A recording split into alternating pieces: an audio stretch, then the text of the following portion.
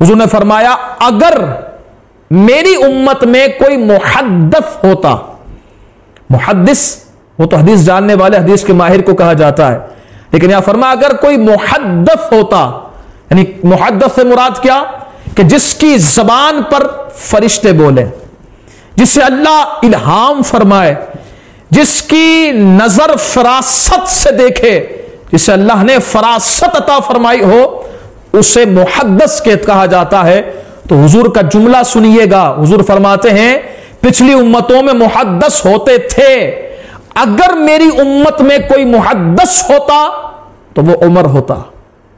یعنی حضور نے حضرت عمر رضی اللہ تعالیٰ عنہ کی عظمت، آپ کی شان، آپ کے مرتبے کو بیان فرمایا ہے کہ آپ اس امت کے محدث ہیں، کہ اللہ نے آپ پر الہام بھی فرمایا ہے، آپ کی زبان ایسی زبان ہے کہ جس پر فرشتے بولتے ہیں۔ بسا اوقات آپ نے دیکھا ہوگا، آپ نے روایتیں پڑھی ہوں گی کہ جب صحابہ کرام علیہ رضوان میں آپس میں کسی بات پر کلام ہوتا، تذکرہ ہوتا، بحث ہوتی، تو جو رائے حضرت عمر کی ہوتی 25 سے زائد مختلف روایتوں کے مطابق ہیں کہ 25 آیات اللہ رب العزت نے حضرت فاروق اعظم کی رائے کے مطابق قرآن میں نازل فرمائی ہے۔ یہ حضرت عمر کا مقام و مرتبہ ہے کہ آپ کے زبان پر فرشتے بولتے ہیں۔ اور پھر محدث کا معنی فراست، اللہ نے آپ کو فراست کا نور بھی عطا فرمایا ہے۔ اور کیسا فراست کا نور؟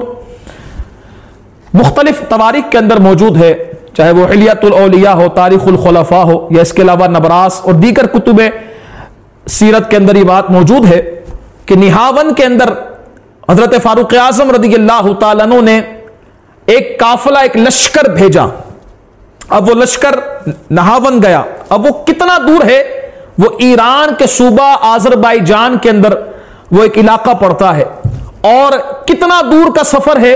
مدینے سے اگر 1 ماہ کا سفر کیا جائے نا تو 1 ماہ میں بھی وہاں تک نہیں پہنچا جا سکتا ہے۔ ذرا اس وقت ذہن لڑائیے گا کہ کتنا دور کا سفر ہے۔ اب روایت میں آتا ہے، ہوا معاملہ یہ کہ ایک مرتبہ حضرت عمر رضی اللہ تعالیٰ عنہ آپ جمعے کا خطبہ ارشاد فرما رہے تھے، آپ خطبہ ارشاد فرما رہے ہیں، یک دم دوران خطبہ آپ نے کہا یا ساریۃ الجبل، یا ساریۃ الجبل، یا ساریۃ الجبل۔ حالانکہ یہ ایک ایسا جملہ ہے، ایک ایسی بات ہے کہ جو خطبے کے بالکل روک کر یہ بات کہی گئی ہے۔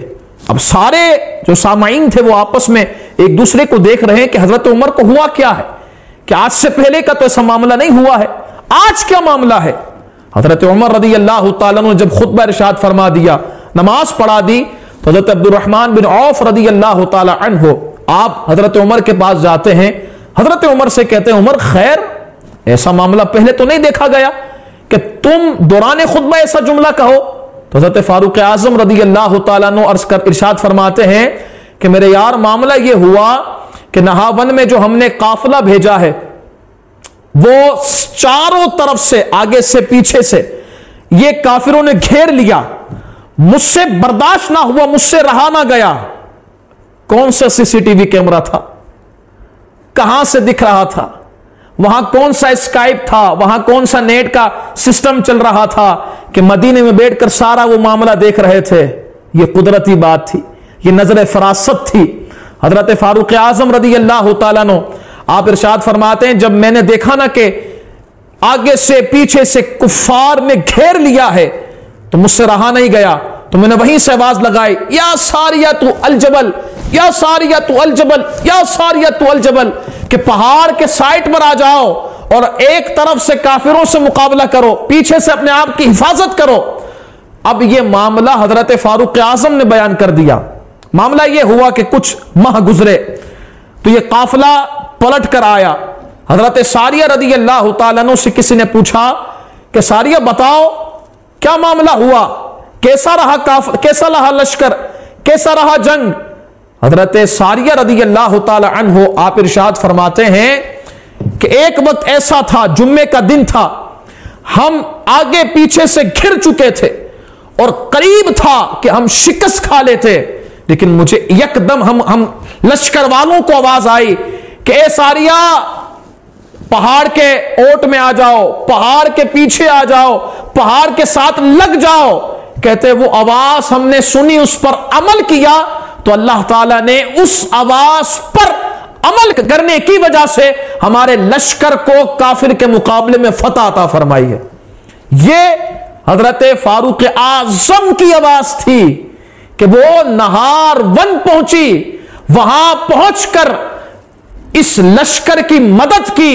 تو میں صرف اتنا کہنا چاہتا ہوں، اگر مدینے میں منبر پر بیٹھ کر حضرت عمر یا ساریہ کہیں وہ شرک نہیں ہوتا ہے، تو ذرا مجھے یہ بتاؤ نا، ہم پاکستان میں یا کسی دور علاقے میں بیٹھ کر اگر یا رسول اللہ المدد کہیں، یا حبیب اللہ المدد کہیں، یا عمر مدد کہیں، یا ابو بکر مدد کہیں، یا عثمان مدد کہیں، یا علی مدد کہیں، تو وہ شرک کیسے ہوتا ہے؟ وہ تو حضرت عمر کی سنت نہیں ہو جاتی ہے؟ اور پھر یہاں سے دیکھیں، اگر مدینے میں ہو کر حضرت عمر اتنا دور مدد فرما سکتے ہیں تو مصطفیٰ کریم مدینے میں ہو کر اپنے غلاموں پر کرم نہیں فرما سکتے؟ کیا اس کی مدد نہیں کر سکتے؟